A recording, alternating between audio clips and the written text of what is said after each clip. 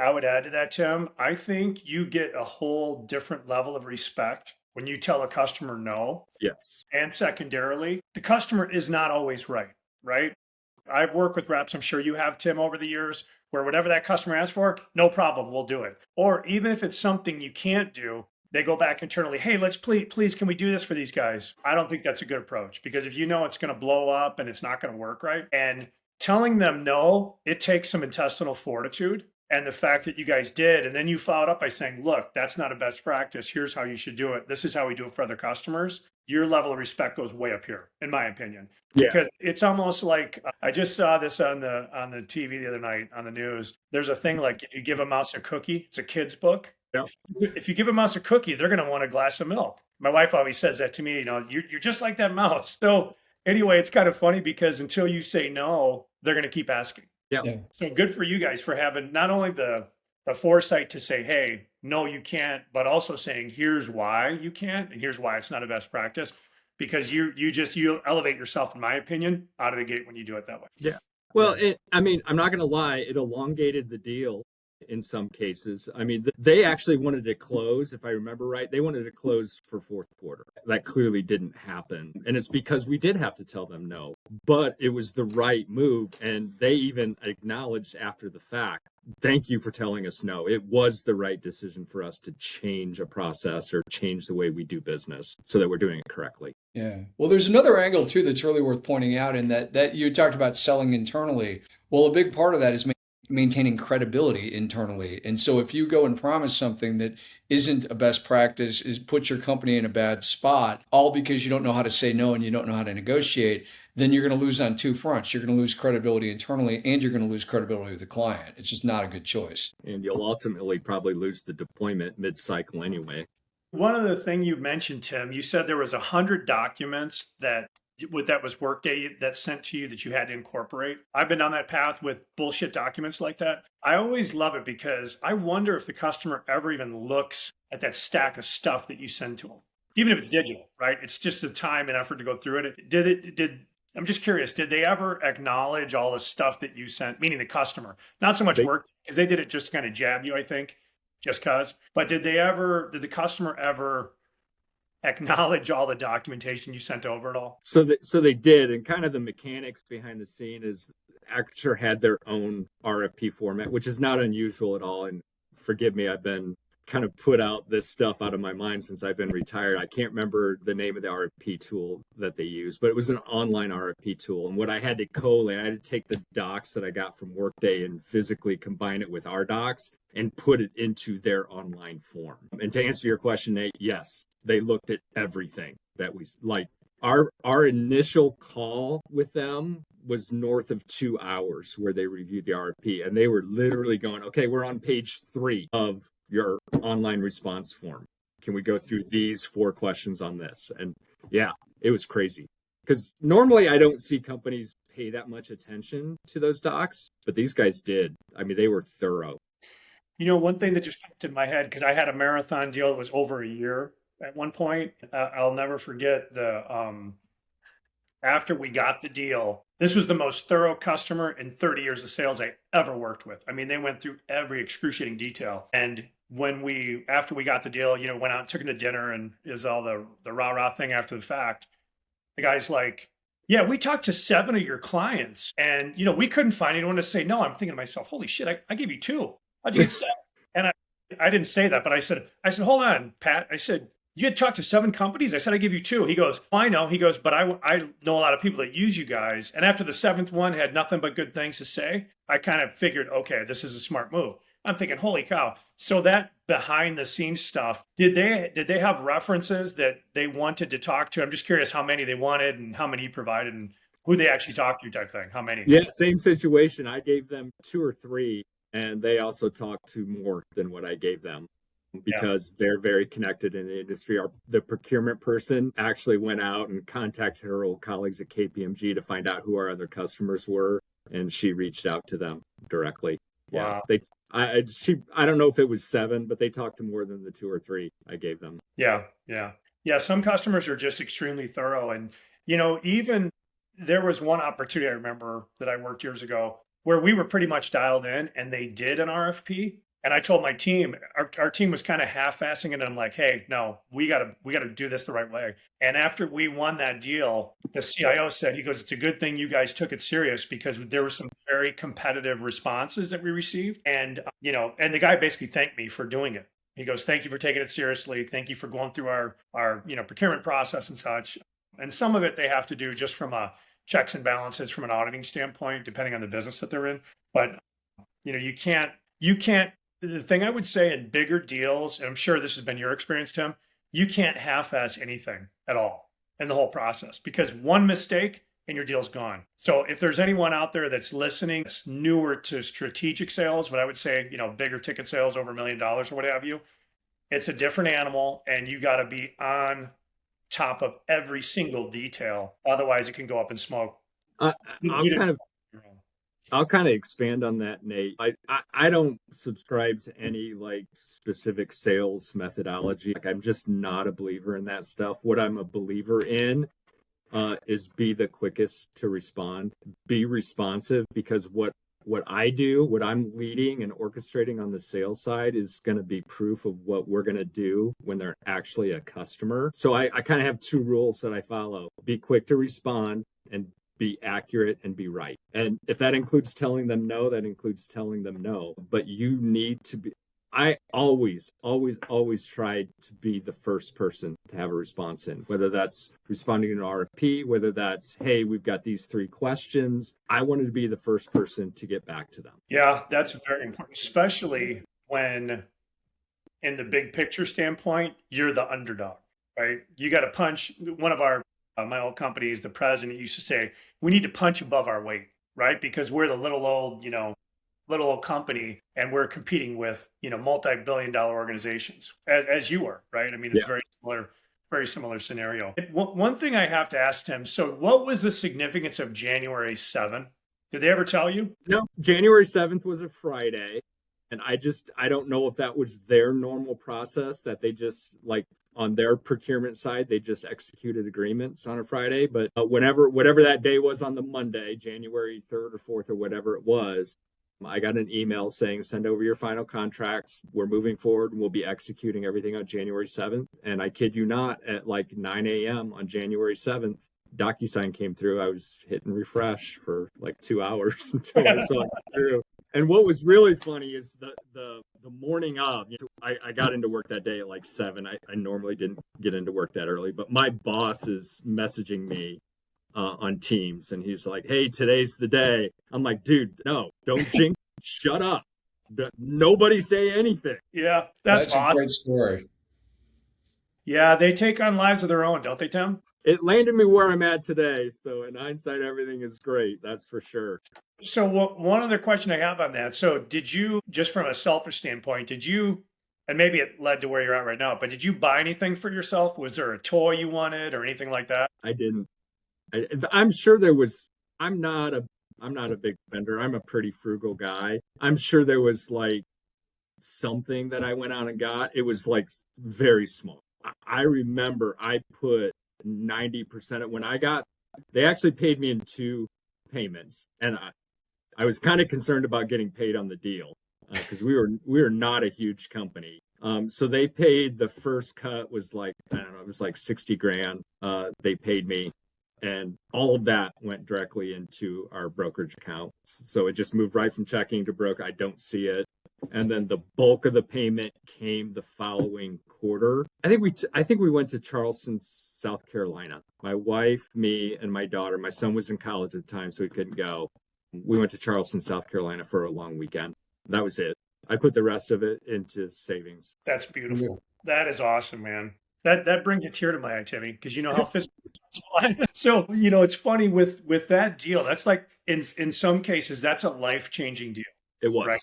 So how long after that did you decide to hang it up and then, start your business that you're in now, if you want to talk about that? So that was our fiscal year started January 1. So on January 7th, my quota was $6 million for the year. This deal was $7 million. So on January 7th, I had already hit quota for the year. That's awesome.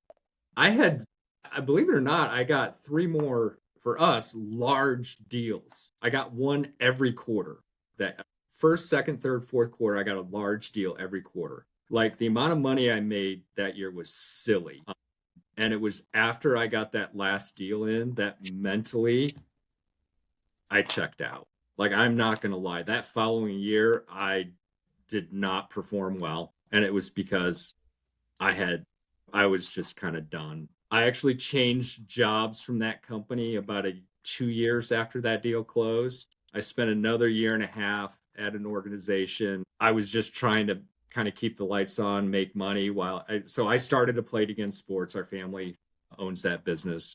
We signed that franchise agreement about 2 years ago, 2.5 years ago. I was working full time with Helios Consulting was the name of the organization. I was still working full time. I did very well there. Like, I was successful. I was hitting quota. I physically couldn't do it anymore. I was putting in like 90 hours a week running the business, doing my day job. I was taking phone calls and client meetings from the back room at Play It Again Sports. And I got a big commission check that was going to come through. And I was like, you know what? It's time. It just clicked. I'm like, August 1st last year, called my boss and just said, I'm done. I'm retiring. So it's over. Good for you, man. Yeah, that's great. So what advice would you have for people in terms of really recognizing and being honest with yourself about this is more draining than energizing? You know what? I'm a firm believer that sales is a grind. And I'm not saying you have to go cold call, but you got to put in the marketing effort. However you go about getting clients, whether you cold call, whether you go out and visit customers, whether you're working with, like, I worked with Workday reps. So I was calling 20 of those people a week and scheduling calls and trying to get relationships built with them. Once you recognize that, man, I just can't do that grind anymore, it's time to find something different. Like, you are not going to be successful if you're not able or willing to put in the time and the effort on that grind. Then the numbers are not going to come through for you. They're not. Yeah, that's a really good point, Tim. And as I was in a similar situation a few years ago, and I remember telling one of my VPs, I'm like, look, at some point the money's not going to matter. And I remember she kind of looked at me like, there's no way you're crushing it. You're not going to leave this. That was like the look she had on her face. And I just remember it was like, at some point we're all going to die, right? And it's just not worth it. If your heart's not in it, especially in doing strategic deals, if you're not all in, it's going to be really, really tough to get those transactions completed. Yeah. So one question I have, Tim, like, because you had a great career, did it for 31 years. If you could go back to, you and I sitting in Oak Brook, Illinois at ADP in that conference room on Tuesday, sweating to the oldies, saying, oh man, I got to pass this morning. If you could give yourself, some advice back then, what would you say, to yourself from man, I wish I knew this when I was, 20 something years old? Now, I'm going to preface this with, you're talking about a guy who came out of college who didn't know what a sales job was. I truly didn't. Like, I got to ADP and I got a quota and I'm like, what's a quota? I don't know what this means. Like, that's how green I was. Ended up being like super successful in the space. And that's not without fit. Like, I almost got fired from ADP. Like, Lou Meshullam almost literally fired me. Like, I was on a PIP plan. Unfortunately, I got a deal that probably saved my sales career. It was the Catholic Diocese. I don't know if you remember that deal, Nate. You and I think we split a portion of that. It was like 15 churches and schools up in the region in Northwest Indiana. Probably saved my sales career. Sorry, I forgot the original question. I went off on a tangent. No, just like going back and what you tell yourself when you tell myself. Yeah. Be creative. That's with your prospects, with your clients, whatever you're trying to sell. Be creative. Be the guy that stands out. The most successful reps that I've seen, and this is everywhere I've been, whether it's Workday or Taleo or ADP or Kronos, all throughout my career, the one who offers the most creativity are the most successful reps. I will also say, don't be afraid to stand up for yourself. That's with prospects. That's internally with your bosses. That's internally, like, if I didn't have the fortitude to step up, my team wouldn't have even responded to that RFP. If I didn't step up and fight for it, they would have it would have been another Tuesday and they would have walked away from the deal. That's what I would tell my younger self. Don't be afraid to stand up for yourself and be the most creative person in the room. Yeah. Well, the good news is you took the advice, because obviously you wouldn't have won the deal if you hadn't. Yeah. Absolutely. Yeah. Absolutely.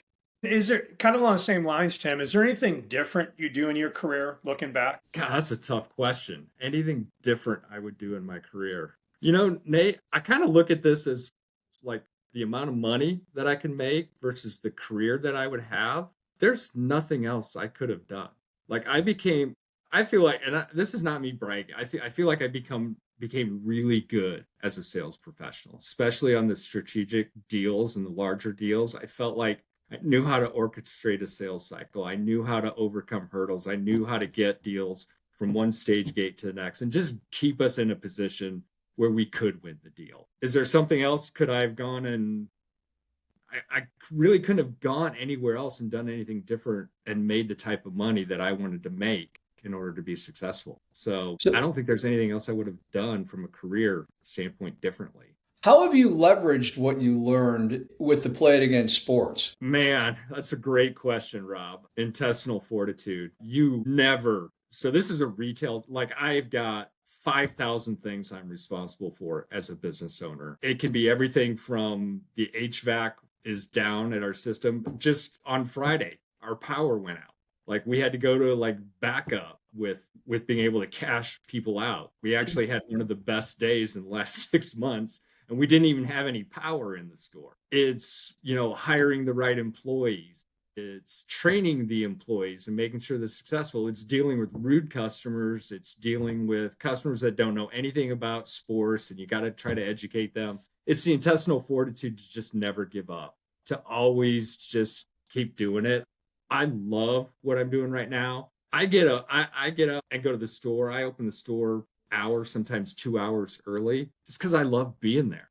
I love doing what I'm doing. It sure beats the heck out of, doing a QBR or doing a pipeline review or I hated that. I love what I'm doing right now. And I've used what I've learned just from keeping your nose to the grind and just continuing to push forward. Trust me, there have been days where I'm like, what am I doing? Like, we should have never done this. Like, we're going to go bankrupt. Like, I'm not even kidding. Those have been real thoughts. And man, you just got to keep going. You just have to. There's no other choice. I can absolutely hear the energy and passion in your voice. I'm curious, what's most energizing about that? Because clearly there's a few things it sounds like.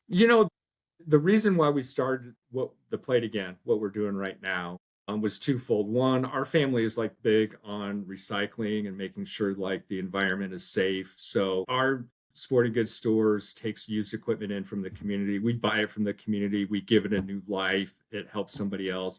I would say even more important to that, where our store is located is in kind of a underserved community. It's not the biggest income area community. It's giving kids the opportunity to participate in sports at a much lower cost than going and buying stuff brand new. It's giving kids, and it's actually giving them a chance to play when they didn't have an option before. If I have kids that the only place they could go is Dick's and buy stuff new, they simply wouldn't play baseball or softball or hockey or whatever. They just wouldn't.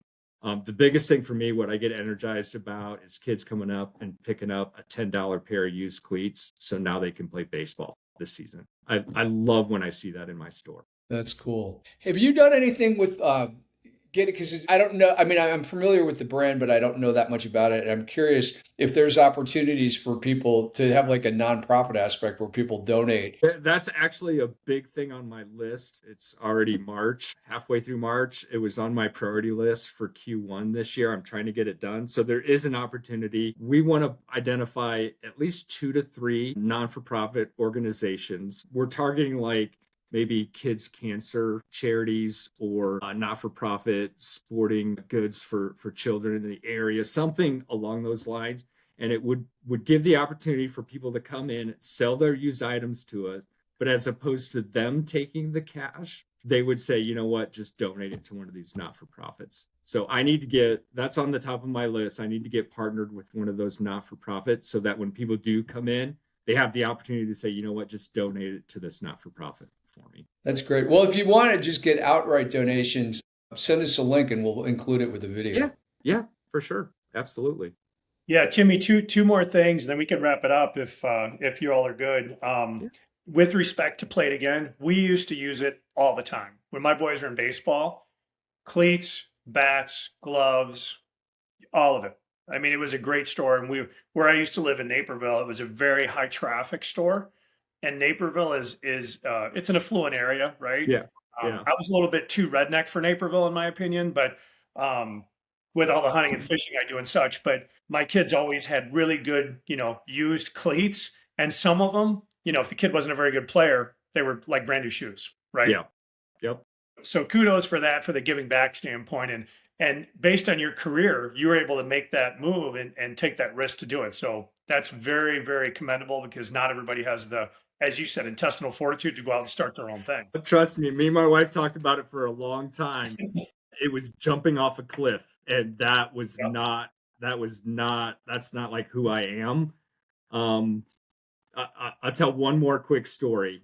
I had the reason why we ended up doing this, like, we looked at doing it about 10 years ago. We were just not in the financial position where we could actually pull it off and do it. So we were on, Winmark is our franchisor. It's like, we were on their mailing list. Now, we hadn't seen anything from them in years. I had a really, really awful week at work. I mean, it was bad. Like, I was just getting beat from every angle. Internally, externally, customers probably lost a deal or two. Just a really bad week. And I remember we got an email from Winmark on a Friday, and it said, "Hey, you've looked at us in the past. Is this something that you're still interested in?" And I remember saying to my wife, "Is this something we should reopen?" And here we are today. Like, just completely out of like, we had not gotten anything from Winmark in probably 5 years. And that particular Friday, when I had a horrible week, I got something from them, and now we own a Play It Again store. Good for you. We got to pay attention to those synchronicities. There's so many messages out there that we miss. Yeah. That's awesome, man. And one last question, which is the most important question, which I haven't even asked yet. Who do you use for payroll? We started with ADP. Really? So ADP has a formal relationship with our franchisor. So it was just the easiest. I knew ADP, obviously. We went with them, and man, what a terrible experience it was. So we changed January 1st. We use Rippling now for payroll, and much better, much cheaper too. Yeah. Oh. That's awesome, man. Yeah, Tim, this has been a great conversation. I really appreciate you making time for this, and love the stories and love the intestinal fortitude that you had to not only do the 31 years of sales, but have the guts to make that move, because it's very hard to walk away when you're making that kind of money. And as you said, you got very, very good. When you're very good at something, it's really, really hard to walk away. But those that do, kudos to them, man, because it's not an easy decision to make. If you're questioning it, don't listen to your gut. It's usually right. Yep, absolutely. Well, thanks so much, man. Really appreciate it. And it's a great conversation, Tim. Thanks so much. Yeah, absolutely. Good talking to you guys. You too. All right. All right. Thank you very much for tuning in today. That was the latest episode of Sales Stories with Nate Teske. And we invite you, if you liked what you saw, hit that like button, hit that subscribe. It doesn't cost anything. We definitely encourage you to do that. We're going to have more guests. This is one of those episodes, by the way, there were so many nuggets in what Tim shared that I would encourage you to even watch it again, because you're going to almost definitely pick up something the second time. And as I said, stay tuned. There is more to come.